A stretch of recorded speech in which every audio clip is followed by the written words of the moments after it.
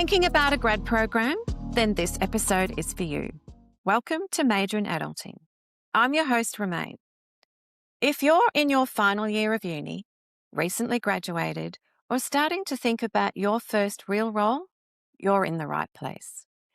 Grad program applications typically open in March across Australia, and more young adults are seeing them as a great way to kickstart their careers. But here's what I want you to know. You don't need to become someone else to get hired. You just need to know how to show your value. Today, we're talking about how to get you ready, which includes your CV, how to prep for interviews, and how to give yourself the best chance when you apply. Today, I'm really pleased to be joined by SHANDRE THERON, Career Consulting Manager at Kate Langford Career Consulting. SHANDRE works closely with graduates and understands what helps people move forward and what often gets in their way. SHANDRE, I'm so glad you're here. Welcome to Major in Adulting. Thank you. I'm really excited to be here. Excellent. Now, before we jump into the guts of this conversation, tell our listeners a little bit about what you do and the work that you're involved with. Absolutely. So you've already introduced me. My name is SHANDRE. I am currently the Career Services Manager and Head Coach at Kate Langford Career Consulting.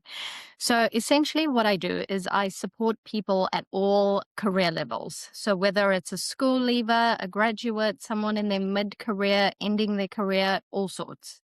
And what I focus on is helping them navigate the job search, really gaining clarity on what it is that they're wanting to do next in their career, building confidence and preparing them for being able to nail interviews. So my lane is I help them understand the job market and what actually works, from applications to interviews to career decision making, just so that they can approach these opportunities as strategically and as confidently as they possibly can.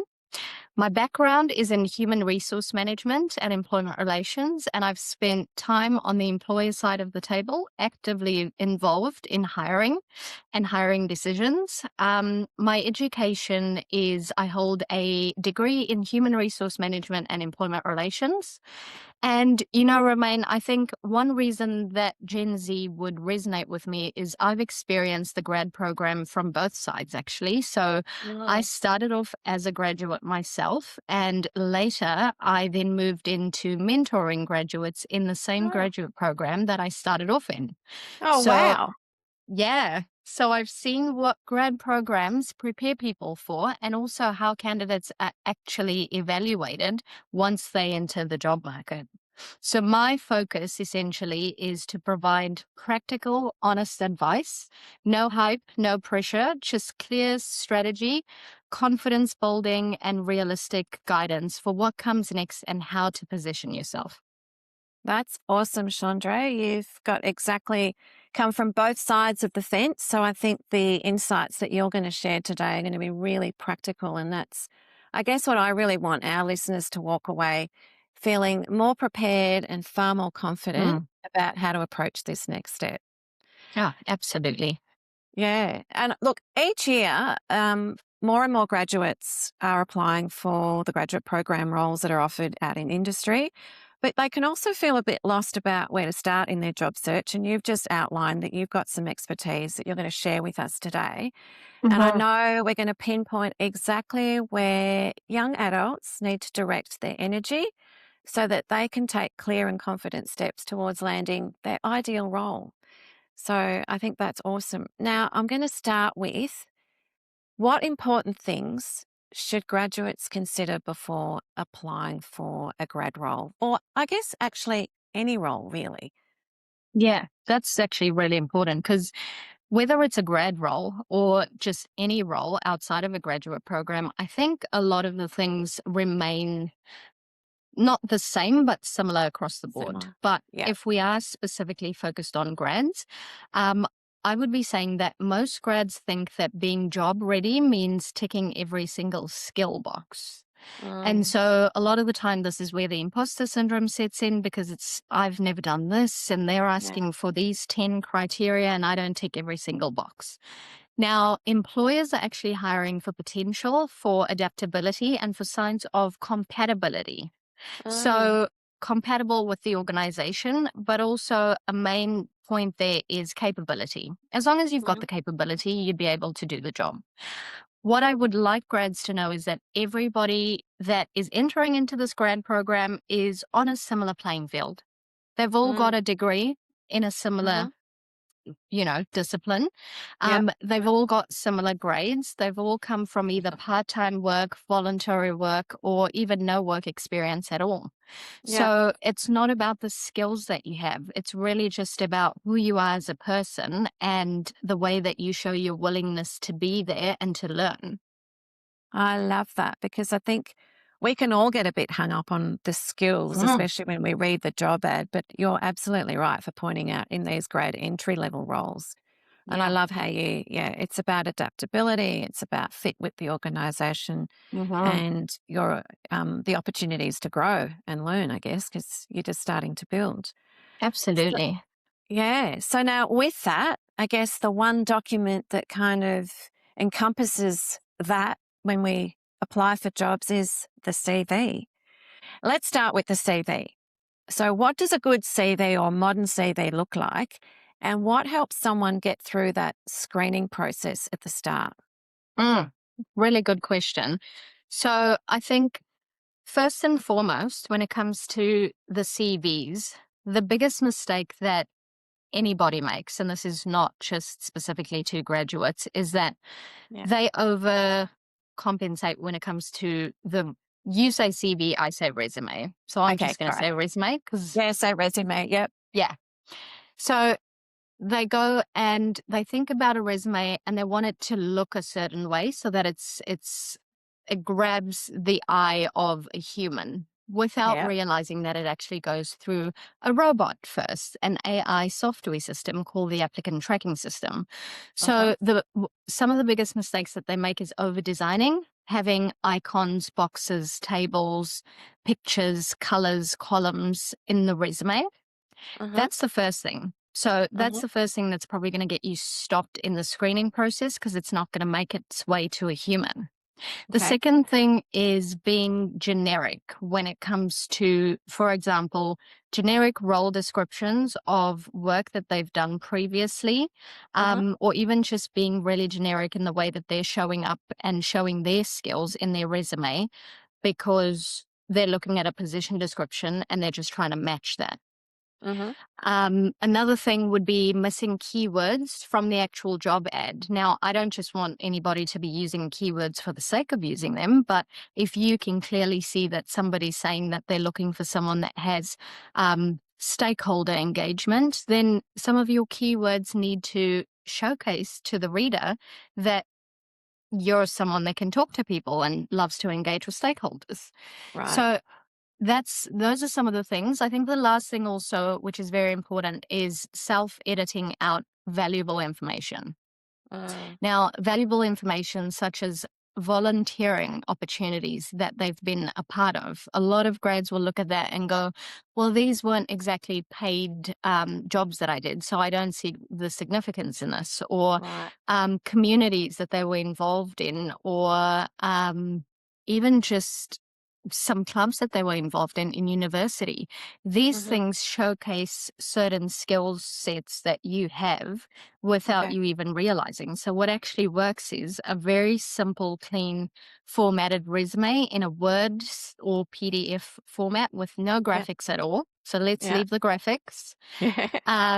Mirroring the language of the job ad. So Yep. that's a very important word that I've just used. Mirroring, Very. not Yep. copying.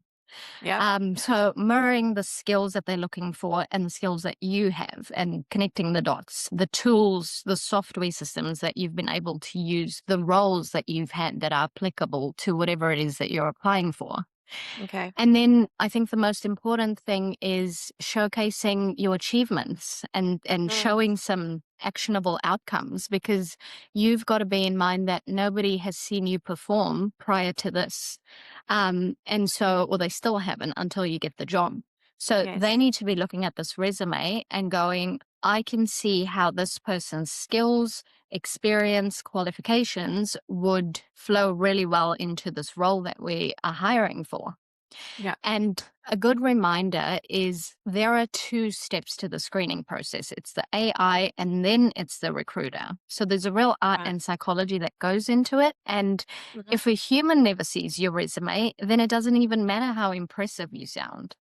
True. That's a very good point. Yes, I think we forget about that, the bot screening people's resumes. Absolutely. Yeah. Yeah. And just to add to that, what makes a graduate resume really stand out for the right reasons? I think a Yep. strong modern graduate resume looks like structure. It looks Okay. like clarity. I'm really clear on what it is that I am trying to do here with this resume. There's a Yep. short profile of who they are, their experience, some of their skills, no fluff, just to the point. They're Mhm. showcasing their education with relevant projects that are highlighted. Yep. Um, and like I said, the experience. So whether paid, unpaid, voluntary, clubs that they were involved in uni, these are the things that they need to be focusing on. A lot of them, when they're doing up the resumes, that's already where they're getting stuck, because Right. they're telling themselves that I don't feel like I have enough experience to showcase on this resume. Um, and I guess the indication these days is that your resume has got to be 2, maximum 3 pages long. Okay. And so for someone that's maybe only had one voluntary job, the resume is obviously not going to be that long. So No. immediately they go into, oh gosh, I don't have enough experience. Yeah. But what you need to realize is that most grads do, they just don't know how to translate that and articulate that. So this is why clarity becomes so important, because voluntary jobs, you've attained skills. Paid jobs, Yeah. you've attained skills. Being part of that Yes. club or leading that club in the university, there's skills that have come from that. So Yes. it's important to realize that your resume is not your life story, it's a marketing document. Yes. There is a real art and psychology, and I will always say that, that goes into drafting them to ensure that it passes point A of the screening and then point B of the screening. Okay. That's some really good insights there. I guess not to undervalue your experience, even though Yeah. you may not consider that you've done, you know, professional work and that you're Hmm. voluntary. Members of clubs and even any roles that you might have played in those are really important to highlight because I guess it gives the employer or the bot a, an image of who you are as a person. Going back to that Absolutely. point that you raised, it's about the fit in the organisation as well and some of Hmm. the skills that you've learned. Now, that's great, Chandra. I'm going to move on to this is a very common thing that I know a lot of people are now using AI to help write their CVs. And you talked about the screening process of getting through that AI scanning process at the start. What's your view on using AI to help write your CVs? See, this is a very contentious topic. Yes, I can imagine. And I've got some big views. And over here at Kate Langford Career Consulting, we are very big on not using AI to draft resumes. Now, I know that your question was, how should they be using AI to help them write their resumes, right? Well, My yeah. view, yeah, my view is that it really depends on what using it to help you means. If Okay. you're genuinely using it to help you, then yes, you can use Mhm. it. It can be really useful for as a polishing tool. Okay. So checking that you're really being clear with your language, checking that your structure is okay.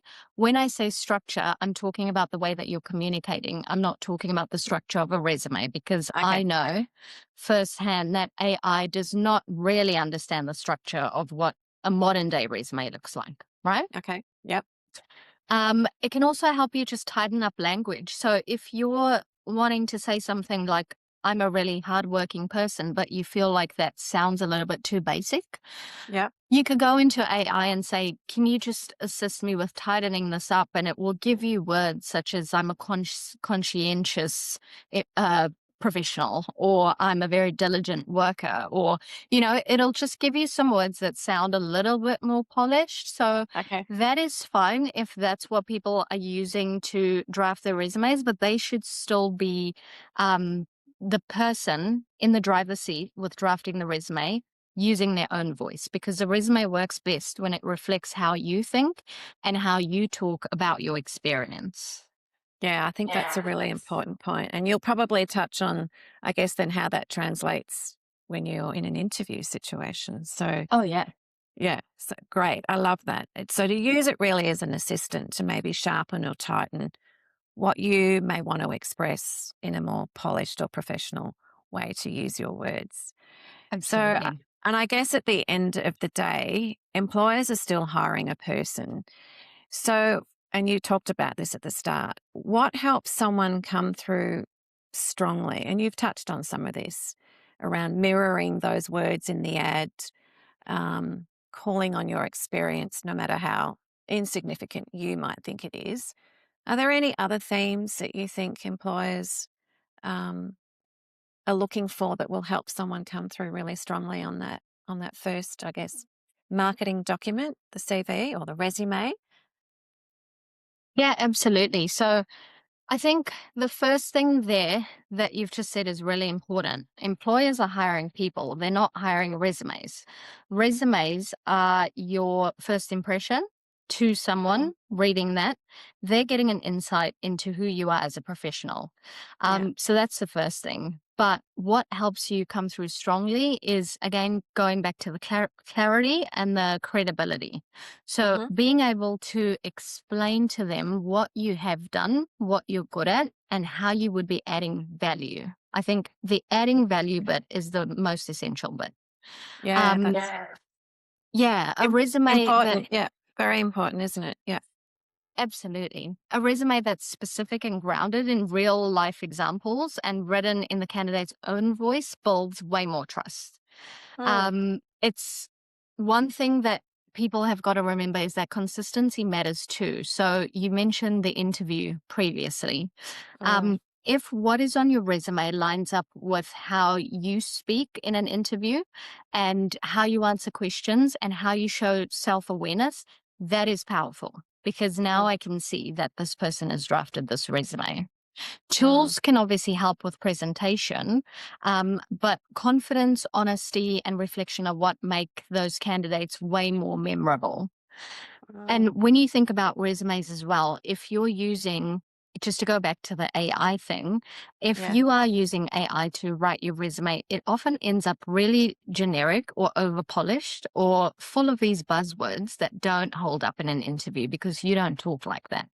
Yeah, that's true. So that's something to take into account as well. And some of these applicant tracking systems, they claim to be able to pick up on whether a resume has been drafted by AI. Now, whether that is Oh, really? 100% true or not is still up for debate. But what we've got to realize is that it's the human reviewer that is noticing that the resume sounds vague, inflated, or disconnected from what the candidate can actually explain during this interview process. Yeah, And right. I'll give you a real life example. I had a client yesterday and we were doing a bit of a resume review of his. And immediately I looked at the resume and I said, okay, I need you to be honest with me here. Mhm, And he was like, okay. I was like, did you use AI to write this resume? And he's like, mhm, yes. mhm. And I said, okay, that's fine. That's absolutely fine. I'm really glad that you were able to be honest with me about that. But here are the reasons why you should not be doing that. Yeah. So I could Yeah. spot it from a mile away. Yeah. So, and you're seeing them all the time, as would be the people, the talent teams reviewing these grad applications. So that's a really good point to pick up Mm. for the ones that get screened as well. So now, Chandra, what are you seeing some of the key skills that employers are really looking for in graduates right now? Mhm. Yeah, there's certain things that they're really paying attention to. I think Hmm. for the most part, what they are looking for is potential. not perfection. And a lot of the Mm. time we do try and come across as this perfected professional that is going to be the perfect person for this role. Yeah. I would rather be sitting across from a grad that shows a lot of potential. That means evidence of curiosity during the conversations or even just during the application process, right? Okay. Curiosity, effort, and follow through. How someone Mhm. has learned or adapted and taken responsibility, even in the smallest of ways. Mm. Because even if I'm asking you a simple thing like, have you ever used the software system? It's about how you articulate that response to me. I don't ever just want to hear someone saying, no, I haven't. I'd Mhm. like you to say something along the lines of, whilst I have not yet had the opportunity to use that system, Mhm. in my one and only ever job at McDonald's, when I started there, they used a point of sale called whatever, and I did not know how to use that when I started there. So what I did was, and walk me through your thinking, show me how you got up to where you needed to be, where you were actually competent in being able to use that system. Those are the things that I'm looking for. Yeah. Um, the next thing is clear motivation. That really matters. Why Mhm. why this role? Why this organization? Mhm. And does the application really show that they've actually thought about it and that there is alignment to the business? Because something that you've got to realize is that although you're coming into a grad intake and a grad program, Yeah. you're not going to stay in that grad role forever. So when they're looking at you, they're looking at potential for the organization and for you to grow within this organization. So if you can showcase to them that this organization really resonates with me and what you do as a business is something that I want to be involved in long term, immediately, that's a game changer. Okay. Yeah. Really good insights there. So I guess that connection to the organization as much Hmm. as you can and know and research about them. Um, and yeah, showing your potential. And I liked how you framed that because I mean, even I get stuck with that when you asked, have you done XYZ? And you Hmm. might not have, but I loved how you framed it with another experience where you might have used, where you've had to learn something new and then you've walked them through that experience and how you came up to speed. So that's a really good takeaway there. Love that, Chandra. 100%. Yeah. It shows that Yeah, you, at least you understand the concept of what is being asked of you. yeah, yeah. And I guess it's showing your attitude to learning as well that Yeah, you don't need to know everything, but you know how to learn. Is and I think exactly. yeah. Now, if you could sit down with every graduate before they hit submit, what is the one thing you tell them to focus on? That's such a good question. Um, okay, there's a few things, but Mhm. first and foremost, do you have clarity? And I know Mm, that it's probably sounds like I'm harping on about it, right? But are you really clear on the fact that this is the job that you want to do? Are you clear on this is the correct company that I would see like to see myself working for? mhm, I tell them to be focused on being specific and being honest. mm, That's the most important thing. Don't mm, try to sound impressive. Try to be mm, clear. Use mm, real life examples. Explain your previous roles to them. Make mhm, sure that you can talk confidently about everything that you've written in your application, in your resume. If your mhm. application sounds like you and shows how you think, that will always land way better than something generic and something that is perfectly polished. So even Right. if you've scripted something or put something together and it is perfectly polished, I guarantee the more genuine, authentic type of communication is going to be received way better than that scripted piece that you've put together because communication is a big part of it as well. You know, Yeah, so that's probably what I would say to them is be very clear on why it is that you're applying for this, what it is that you're looking to learn, the outcomes that you're looking for, and communicate that. yeah. I like that. So that's some good tips there. Now we've talked about the resume. We've talked about some of the things to help you prepare, I guess, in the terms of your mindset around be clear and have that clarity. Let's move on to the interview preparation. So, once someone gets accepted to take part in an interview, what helps them show up well, in your opinion? Mm. So the first thing there would be strong communication, Hmm. of And you're course. talking oral, verbal communication. Yes. Yeah. Because when it comes to interviews, um, you're obviously having a conversation with someone. Mm. So you need to be able to communicate really clearly with them. Um, but I guess even just before you get to the interview and you try and communicate with them, you've Hmm. got to prepare for that interview. Mm. So if I take it a step back, it would probably be preparation and presence. Knowing Hmm. your own examples, understanding what the role is about, being able to explain your thinking calmly goes a very long way. But it's also just important to sit there and listen. And Mm. why I say that is because a lot of the time when I've sat in interviews, I've asked a question and they haven't really answered that question because nerves or they've Mm. prepared or over prepared. And now they're getting a little bit stuck. And I will always say this to you that over preparation leads to overwhelm. Yeah. So Okay. it's just as important for you to sit there and listen so that you can answer the question that is actually being asked, not the one that you rehearsed. People who come across as thoughtful and engaged tend to stand out. Okay. So if you're sitting in an interview and they ask you a really hard question that has almost stumped you, Hmm. I do not want you to panic. I want you to take a moment and even ask them to repeat the question if you have to. If you Yeah. haven't heard the question, definitely ask them to repeat it. That's fine.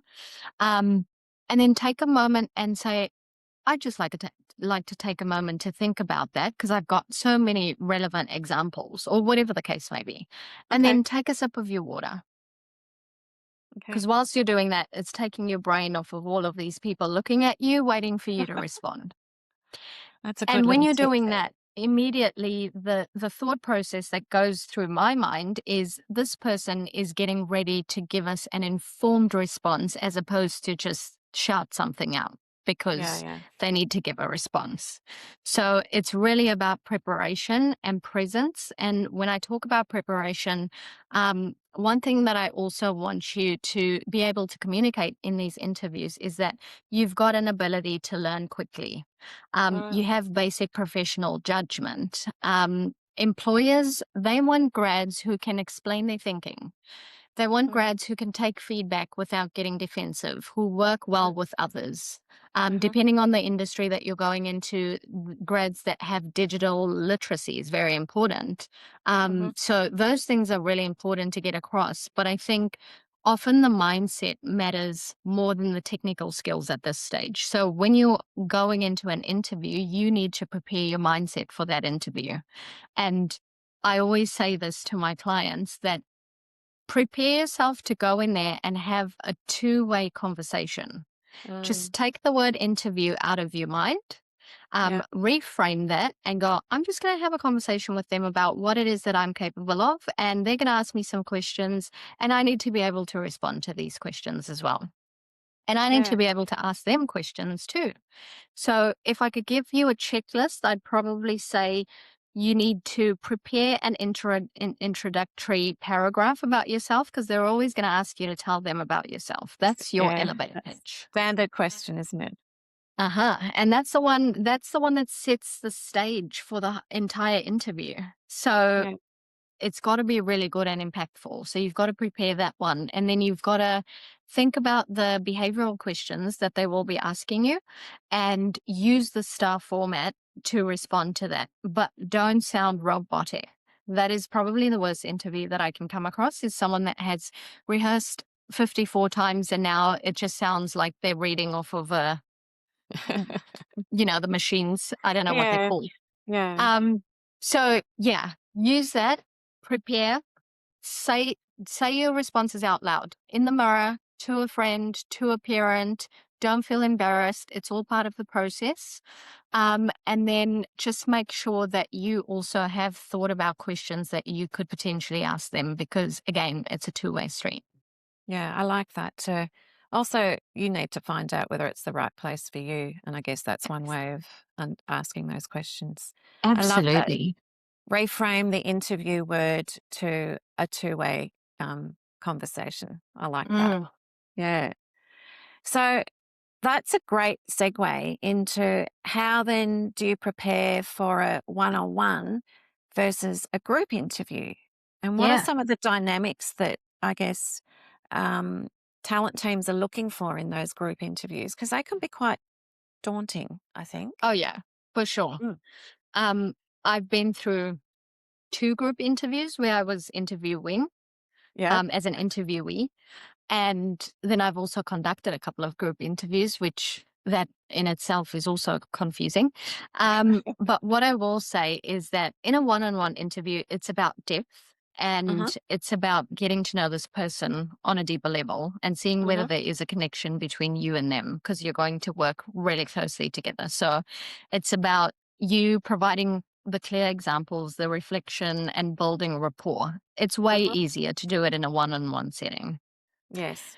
Um, I I think anybody would probably pick those over a group interview. When it comes Mm. to group interviews, it's really important to know that it's actually not that daunting once you understand again the psychology behind it and have a Hmm. really good framework to address this type of interview. Employers are watching for how you work with others. Hmm. Do you include people? Do you build on others' ideas? Do you communicate clearly without dominating? Hmm. Those are the things that they're looking at because when you're in a group interview, guaranteed there are people that are trying to be the light shining in the room, for lack of better terminology. And then there are other people that are retracting and going into their shells because, yeah, I'm just going to let that person take the reign type of thing. Yeah. So Yeah. collaboration in a group interview setting usually matters way more than trying to be the loudest voice. Okay. Um, it's very important. I remember for my grad intake, when I went into the grad group, we also had a group interview, and I had studied exactly the discipline of the type of work that we were going into. But a lot of my counterparts that were entering this grad program as well, they had studied something totally different or adjacent, and so it was very legislative specific.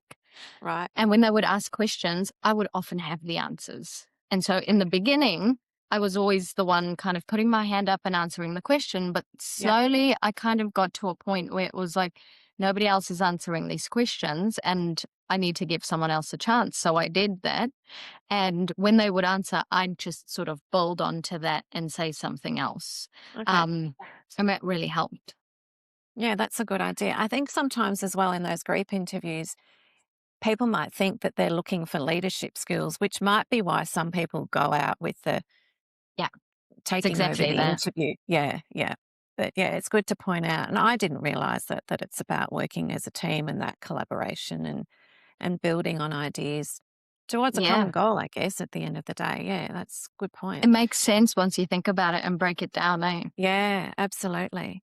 Now, what about in video interviews? Because they can be used as a screening process as well. Mhm. And then I want to touch on psychometric testing and what Mm. advice you have in that space and how Yeah. to prepare, I guess, if psychometric testing is part of the process. And I know some of the bigger Yeah. organizations do use psychometric testing as a process. Oh, they absolutely do. So for video interviews, Hmm. I guess those you can only control what you can control. Mm. So when it comes to the preparation for that, you've got to make sure that you've got a quiet space. I always Uh-huh. say a quiet professional environment. Uh-huh. That is very important. And what a professional environment looks like is you don't have a messy background. You don't have people walking up and down, or you can't hear anybody. It's just you and you're having a conversation over here. Yep. You've got good lighting is very important as well. Yep. Um, and that you're looking at the camera so that you feel present, so that it's like you're talking directly to someone. Okay. Yep. Um, I'll take that a step further as well, because if we're talking about video interviews that are those pre-recorded ones where they kind of Yes. give you the questions, yeah. So I always get this from clients, and they say that's the worst type of interview that they can ever do, um, because you very seldomly know the questions before they actually pop up on the screen, and then they give you like 2 minutes to respond. My main advice there is Yes. do not focus on the time, but focus on the fact that you need to say what it is that is going to answer that question in a very succinct and concise way, getting to the point, no fluff. So if you can do Mhm. that, Mhm. then I guarantee that that would be way easier to be able to answer those questions. And prior to that, even though you don't know what the questions are that are going to be popping up on the screen, prepare. Yeah. Think about what are some questions that could Okay. potentially pop up and how would I answer that? So that's the first one Yeah. with the video interviews. I guess the second one with the psychometrics is psychometric tests, to be honest, you have to be honest and consistent. There's really a Mhm. right personality profile that they're looking for. They're usually about Mhm. fit and working style. They're not trying to catch people out. And a lot of people think that they are Right. trying to catch people out, but they're not. Yeah. They Well, just that's want what to that's see, what I would think too. Yeah. yeah, because it is so confusing because a lot of the things, some of the things are really similar and it's like, oh my gosh, which one do I pick here? But the Yes. reality is that you just have to be honest in terms of what is it that I'm seeing. Okay, I pick this one, and just be Yeah. consistent as you go into it. There is no right and wrong when it comes to psychometric testing because Yeah. they don't have like a template of this is the answer that we're looking for. It's just now we understand how your brain works. Now we understand why you would fit with this organization and how you would work with us as well. Right. Because some of them are timed, aren't they, Chandra? They're Mm, psychometric tests. Yeah. yeah. And I guess I would get a bit caught up in completing as many as I can in the time. Is that Yes. the approach to take, or Mm. Some organizations will look at it from a time aspect and go, okay, because you took that long on these specific questions and you weren't able to get there, this tells a story. Whereas others don't okay, really care about the time. They just care about the responses that you chose. So with that being right, said, um, almost all the time, I would never worry about the time.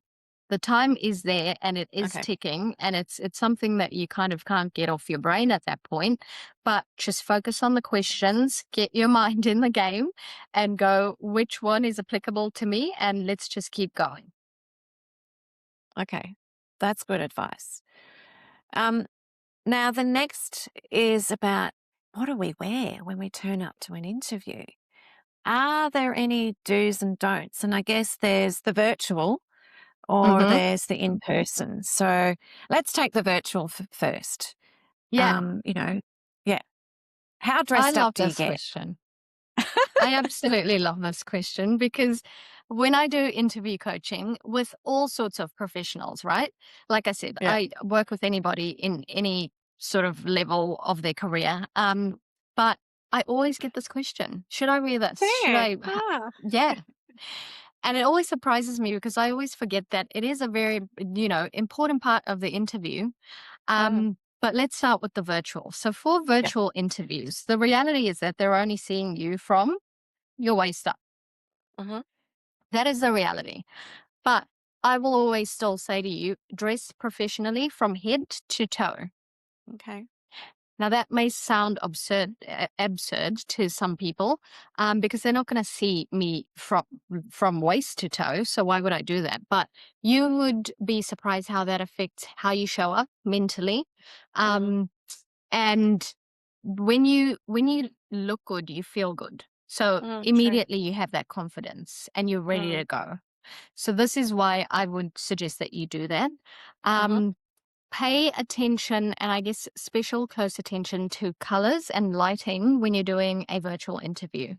Okay. Uh, for example, this chair that I'm sitting against is a very light beige. Now, if I was wearing a light beige top, I would Yes. be kind of blending in with the chair.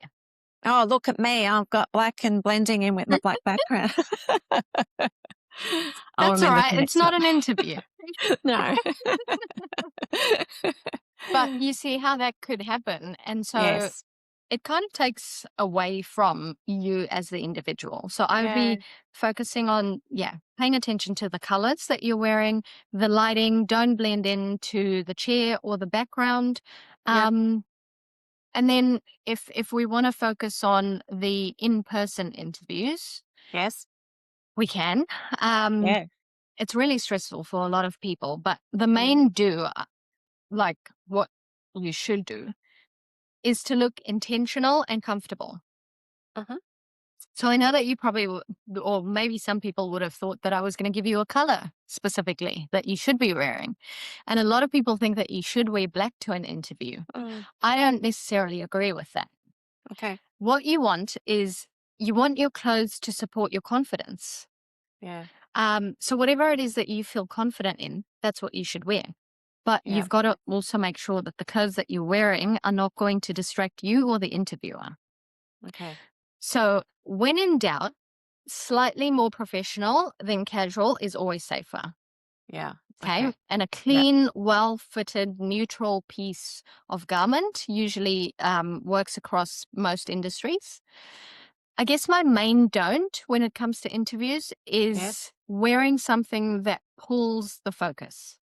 So Yeah. whether Okay. that's being too casual, over flashy, or clearly uncomfortable, if Yes. you're having to adjust clothes, think about clothes, or worried that it's going to be sending a message, guess what? It probably is.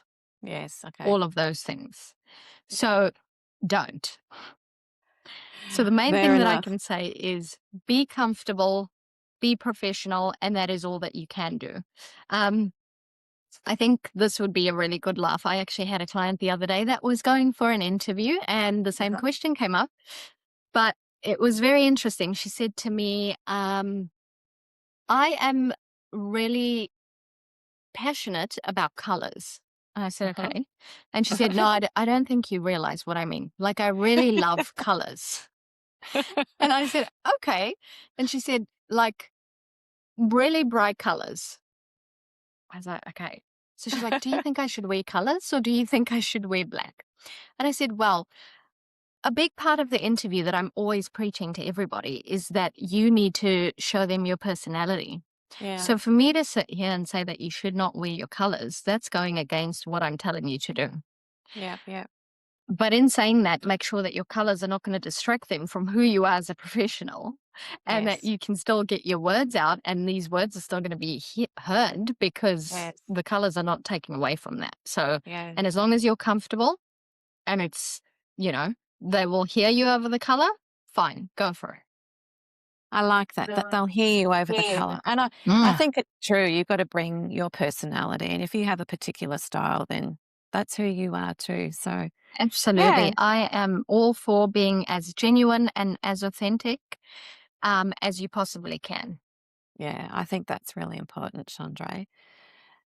Now, we touched on it a little bit at the start, but something that people may not have heard at the start is that you actually went through a grad program yourself. Um, and I want to ask you, looking back now, what do you wish someone had told you at the time? For me, I think it was look, I just winged everything. Let's just be clear on that because I did not have anyone like me to tell me these things. Yes. Yeah. So it worked out for me clearly because I got into the grad program. So thank goodness for that. Well, you did But something right. I did something right. Fortunately for me, I've always been really confident in being able to communicate. Uh-huh. I've always been confident in my abilities, even if I wasn't 100% able to do something. I was Mhm. I was able to have a conversation and get you to see how I would be able to do that thing. Yeah. Because I always just back myself. I don't know where I got that trait from, but it's always something that I've been able to do. And so that was fine. But what I do wish someone had told me was to spend more time preparing to explain who I actually was rather than trying to guess what the ideal candidate looked like, because that is Mm, exactly what I was doing all the way through, was the guesswork. mm, Um, I was going for, it was an employment relations graduate program, just to mhm, share. mhm. And I was trying to figure out, okay, an employment relations advisor, because that's essentially what you would become. Who is this person and how do I show up as that? So I focused too much on positioning myself to fit a mold instead of clearly communicating what I'd done, and what I was good at and what I was genuinely interested in learning. Yes. Now, that grad intake process or recruitment process, if you will, was 4 different interviews, which I thought Okay. was really excessive. Yes. Um, but it turns out that that is, the usual process. Mm, And with that being said, when it came to the interviews, I wish I'd known that preparation wasn't just about memorizing perfect answers. mm, It was about me getting comfortable to be able to tell my own story. mm, But going through the process, once I got to about the second interview, I went, I don't really like putting on this facade. I like to be comfortable and be myself. And yes. I thought to myself, you've winged it all the way through. Let's just carry on doing that. And so I did. I went back to that style and I stopped trying to perform and be this, performative, or give this performative kind of, response. And I Response. Yeah. started being a little bit more specific, a little bit more honest, and the conversation became way more natural. And then Yeah. I showed up way more confident. But I wish someone had told me that from the very beginning. Yeah. So those are the 2 things: is spend more time preparing to talk about who you actually are. So really, it comes back to the clarity piece. Be clear Yes. on who you are, what you're looking for, what you intend on getting out of this, and then also being very, again, genuine and authentic in the way that you tell your story. Yeah, I like that. And I think that's true no matter how old you are, because if you don't, then you'll end up in the wrong place, perhaps doing a job that's not for you, and Mm, could be unhappy. So I think it's really important for our listeners to hear that. So preparation's important, but don't over prepare. Make mm. sure you bring some of yourself and let the conversation happen. If it's the right job, they'll see you as the right person, I think is what you're saying. And I think Absolutely. that's a great reminder that you don't have to have everything figured out to take that No, first step either. Yeah. Um, that's it. You don't need to be perfected before you start. You actually have to start first. yes, that's absolutely so true. I think I had that conversation with someone this morning, Chandra. Mm. Um, now, for anyone listening who might want more support, who do you typically help, and how can people get in touch with you? Yeah. So I help anybody really that is having any sort of difficulty with their career. So whether they are, like I said, a school leaver trying to figure out what it is that they do next, Yep. a graduate trying to get into a program, a mid level, or someone in the middle of their career trying to do a bit of a pivot, or someone at the end of their career wanting to do something that's going to leave a legacy behind. So these are the types of people that I help. And the way that they get in touch with us is, initially you would book in a 20-minute career strategy consult with us.